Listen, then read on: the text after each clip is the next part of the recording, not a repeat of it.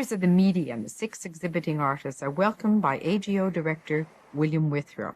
This exhibition is an examination of that unique aspect of contemporary Canadian culture, loosely defined as Ontario woodland art. Personal and scholarly interest prompted the Art Gallery of Ontario's curator of Canadian Historical Art, Dennis Reid, who's with us this morning, to approach 2 authorities in the field of Indian art in Ontario, Elizabeth McLuhan, curator of the Centre for Indian Art in Thunder Bay, and Tom Hill, museum director at the Woodland Indian Cultural Education Centre in Brantford. Together they have selected the works and authored a companion book. Now I'd like you to meet Elizabeth McLuhan and Tom Hill and hear something about the art and artists in this show. Tom, would you take over, please? Good morning. Like the painting, homage to Morrisseau, this exhibition, in a sense, pays tribute to one man's inventive genius in creating a whole style of painting, style of art. That style of painting has been taken and worked and adopted by a number of very talented image makers or other artists.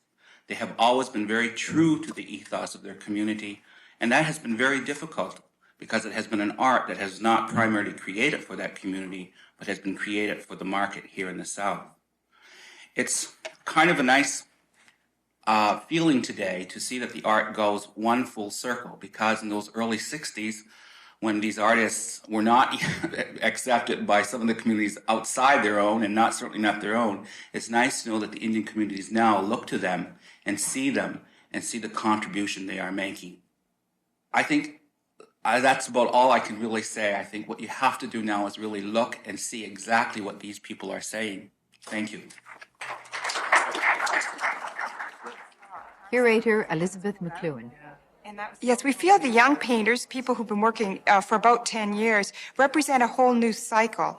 You see the artists now producing works primarily for the Indian community, and having far more of a closer relationship with the Indian community than, say, 20 years ago when Morrisseau was producing it pretty strictly for a white art market.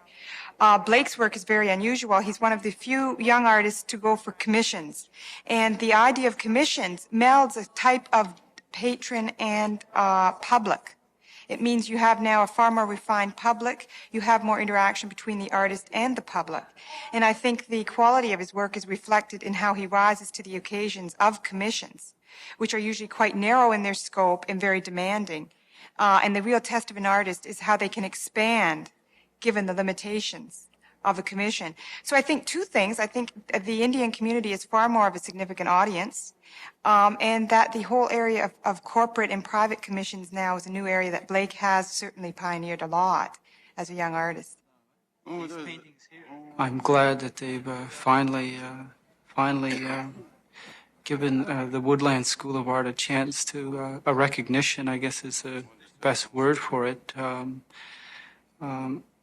I think now it's paying homage to Norval Morrisseau, but it's also recognizing the other artists involved, and in particular the younger generation, to show that there is that continuing process, that a sort of a living culture, and the younger generation of artists is living proof of that.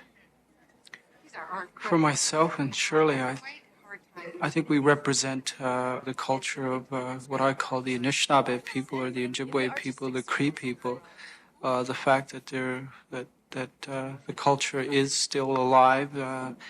Our art will continue to reflect the changes that the culture goes through, and I think with any race or any nation of people, the art certainly is a sort of a mirror of that culture, and as long as that culture survives, the art will survive.